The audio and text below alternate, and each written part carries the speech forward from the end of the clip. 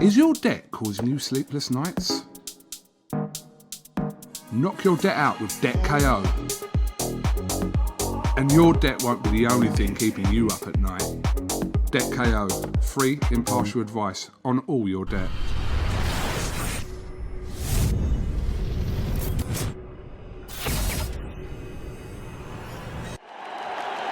This is something that comes along every now and then in generation, and it's special. This is KUGAN CASSIUS for IFL TV in association with MTK Global. It's Joshua Pulev Fight Week. Delighted as always to be joined from SJM Boxing. I'm plugging it this week, aren't I? You can plug it as much as you want. Sam Jones, how are you, mate? Good, mate. How are you? I'm well. I'd say 3 in every 10 people ask you back.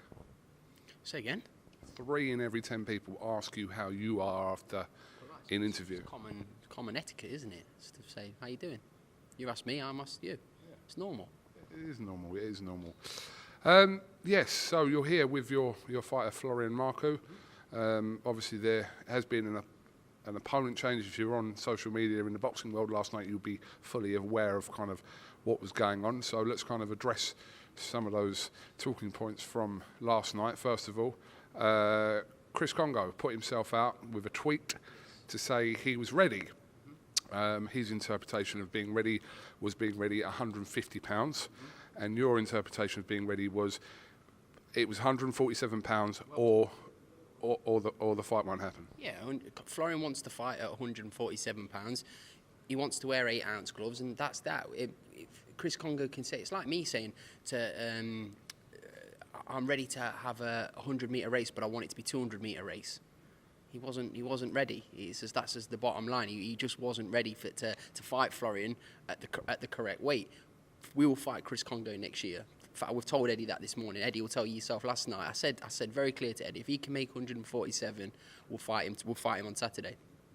I think obviously at 4 days' notice, he obviously knows his weight situation and knew that he wasn't going to be able to. This week, though, from what I've been told, so really he should be around that weight. He was meant to fight this week, and I think he could even fight next week in Italy. But I like Chris Kongo, really, really good, solid fighter, and I think it's a massive fight next year.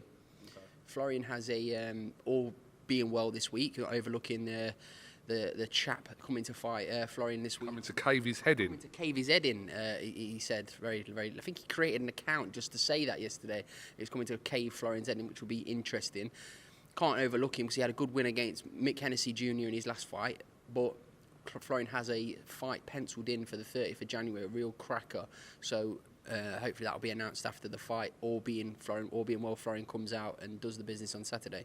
I mean, fair play to Jamie Stewart. We obviously had a word with yourself and Eddie and Florian earlier on, and yeah, pretty much it looks like he's created an account and got himself a fight, which is quite. What's the word for it? I mean, if more fighters did this, maybe more fighters would be in a position to get their opportunities more so. This is what I mean. I couldn't really. I was talking to Eddie this morning. I couldn't really get my head around the fact that so many people have turned the fight down. Like, this is. It's the biggest stage. It's the biggest card of the year, isn't it? Like, who doesn't want to fight on this card? But fair play to Jamie Stewart. He stepped in and he really fancies it apparently. So look forward to meeting him tomorrow. Yeah, I mean, I suppose he would fancy it, coming off obviously that win over Mick Hennessy Jr. So yeah, I suppose he's looking at it. I think his words were he's already kind of beaten one whatever term he used at the time, and he's looking to do it again. Yeah, he thinks he's pulled off a big win last time out, but this is a completely different level. But yeah, just going back though to yesterday when Chris Kongo put that tweet out, young Christopher Kongo of London, he posted it and he said, "Oh, our team have made an offer." No, they haven't made an offer. Like, I don't know who. I don't even know if young Christopher's promoted by Eddie. I don't know if that's the case. I don't know his promotion. I know his manager is one Dillian White of South London, but I don't actually know who promotes him. What are you laughing at? What are you laughing at? No, I don't actually know his promotional situation of young Christopher, but we're happy to take that fight next year. Florian's got a fight scheduled on the 30th of January. All comes well, and younger Christopher wins in Italy or wherever he's fighting next week. It's a big fight next year that obviously the fans really want to see. And as I say, I'm not scared to put my guys into big fights, and I think that's a fight Florian will win. But make no mistake, I really rate younger Christopher.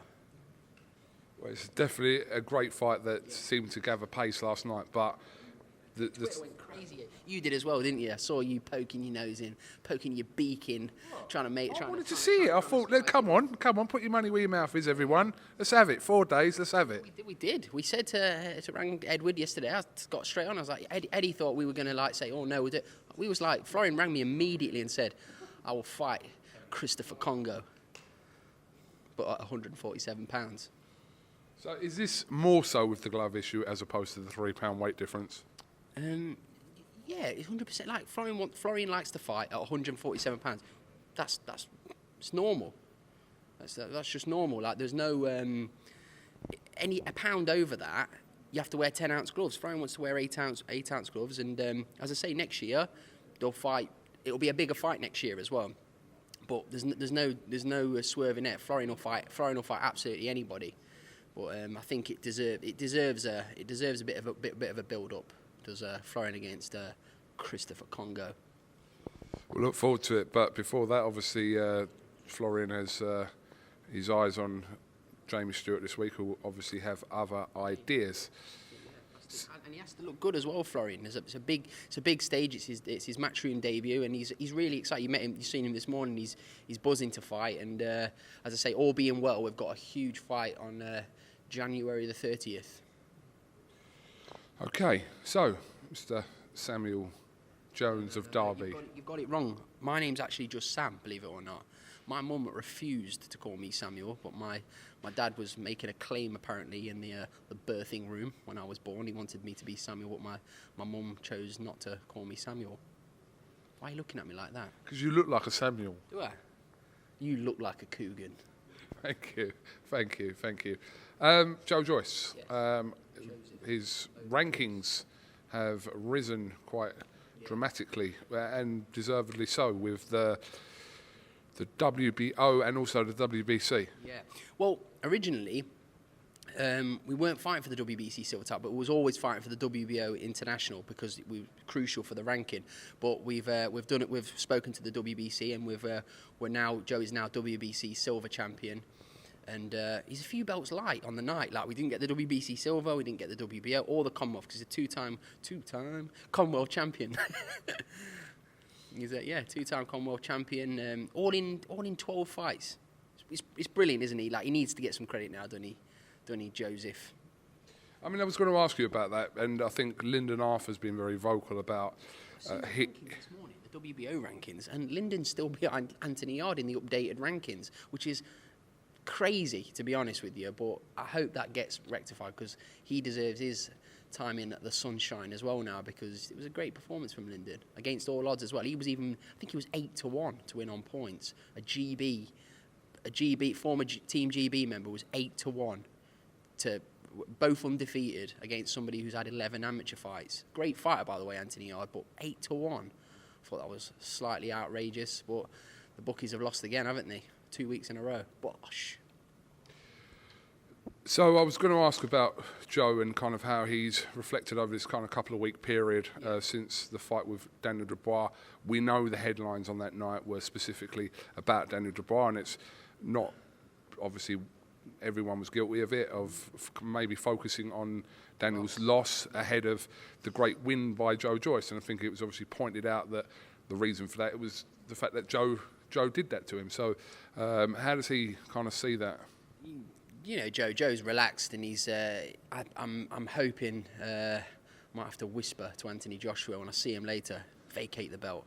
But yeah, if Anthony Joshua vacates the belt, which we kind of hope he will, and then he sets up that massive fight with Tyson Fury, Joe's going to get his time, the world heavyweight title fight against Alexander Usyk, which is just unbelievable. You could get next year Joe against Usyk, and the biggest fight in world boxing, which is Fury against AJ, which every person who likes boxing wants to see that. Sam, that's obviously the ideal situation for you, but what's the realistic situation, do you think? How will that unfold regarding the WBO? You think that's... I honestly believe it. That's what has got to happen. If AJ vacates, it's 1 against 2. Usyk 1, Joe 2. Do you think he will vacate? I believe so, yeah. He has to fight Usyk next. And then we have to delay the Fury AJ fight. Why? Why delay it? The time is now, isn't it? The time is now. I think this pandemic should have taught everybody a lesson: is let's take big fights. Both Daniel and Joe took a big pay cut to take that fight, to make that fight happen for the fans, and obviously it's paid off for ourselves. It's not so much for Daniel, but it's paid off for us. And let's make the fights why they're. You don't need to marinate fights too much. That fight's already got everybody talking years ago. People have been talking about AJ Fury for years, and now it makes more sense than ever. And I think, as I say, every person who likes boxing wants to see that fight. And selfishly, I just wanted to because I want Joe to fight Usyk. Yeah, of course. But I think Anthony Joshua's standpoint has always been, throughout his career, it's always been about the belts, not necessarily who's holding them at the time. So I don't know what it'd be interesting to know what his take on how much he kind of values the whole undisputed tag, because it's been a long while before there's been... Well, I'll tell you what can happen then. He can fight Anthony Joshua. He can fight Tyson Fury. The winner of that fight can fight Joe Joyce when he beats Alexander Usyk for the WBO belt. And there you go, undisputed fight. So that's another ideal situation for you. Why? It's realistic now. People have always said, oh, he's delusional. Well, why is he? He's only 1 fight away from that now if he fights Usyk next. No, 100%. And I think he put that picture up, didn't he, of him knocking on the window with all the heavyweights inside a room. Ruiz was a turkey. That one went down well. And Ruiz just sat there on the side like with his head on a turkey. I thought that was pretty funny, to be honest. Okay. You're having that one, Kugan, you like that, don't you? You enjoy. You see Ortiz outside, Fury and AJ behind the tree, and Ortiz banging on the window. But to be fair though, I don't want Joe to fight Ortiz. Ortiz is 70 years old, isn't he now? But you're right in what you're saying, that Joe's firmly, ranking-wise in every situation, put himself right in the picture. Yeah, as I say, Joe's next fight has to be a big one. Okay, for example, the Usyk fight doesn't happen, Joe will still fight. We're being told the date's going to be April, so it's going to be a huge fight, and I'll probably do a poll. We'll probably do a poll and ask the fans who they want to see, because all fights are realistic now for Joe. What's the situation regarding the European title? He's Joe's European champion. I don't know who's. I think one Marco Huck of Hamburg. That's what I was going to ask about. That the Huck fight was supposed to happen back in January, was it? Yeah, and he mysteriously sprained his wrist. So yeah, that's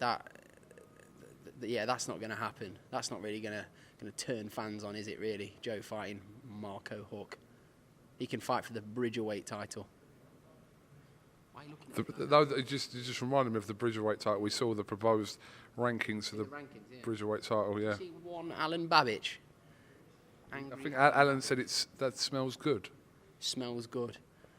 I said, because Alan Babbage said on an interview, didn't he, that he'd beat Joe Anderbar after they both fought.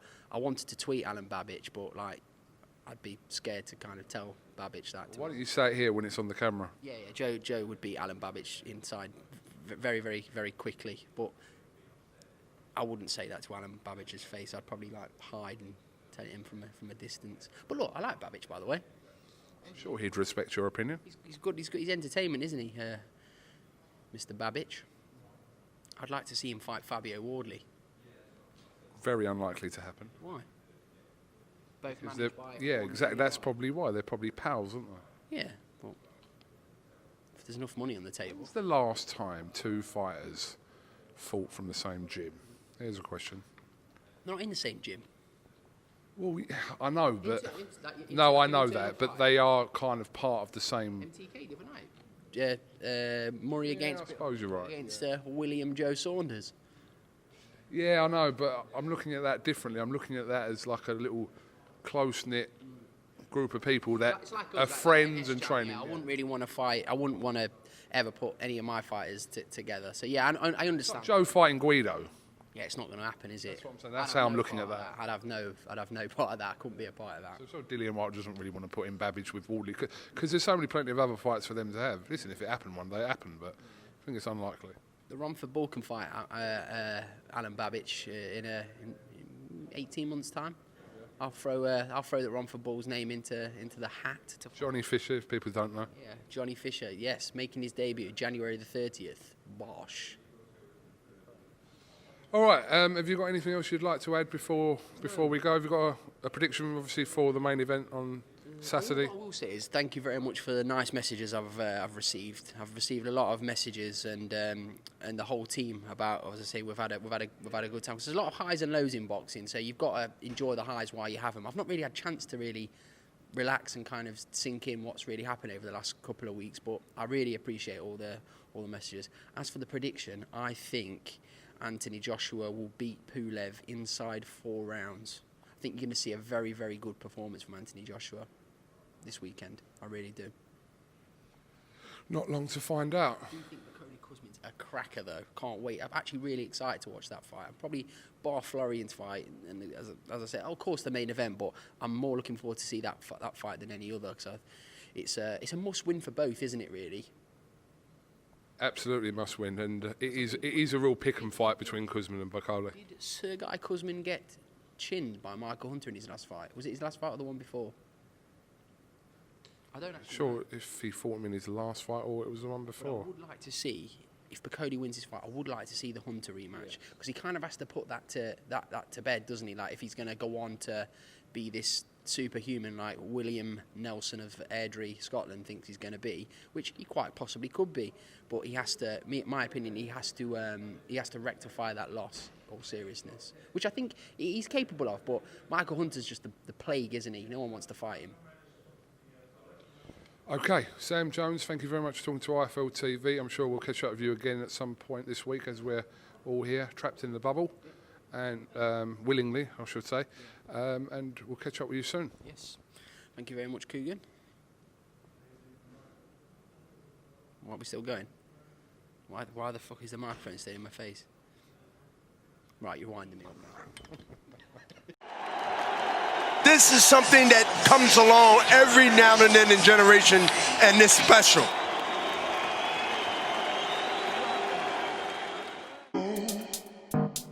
Is your debt causing you sleepless nights? Knock your debt out with Debt KO. And your debt won't be the only thing keeping you up at night. Debt KO, free, impartial advice on all your debt.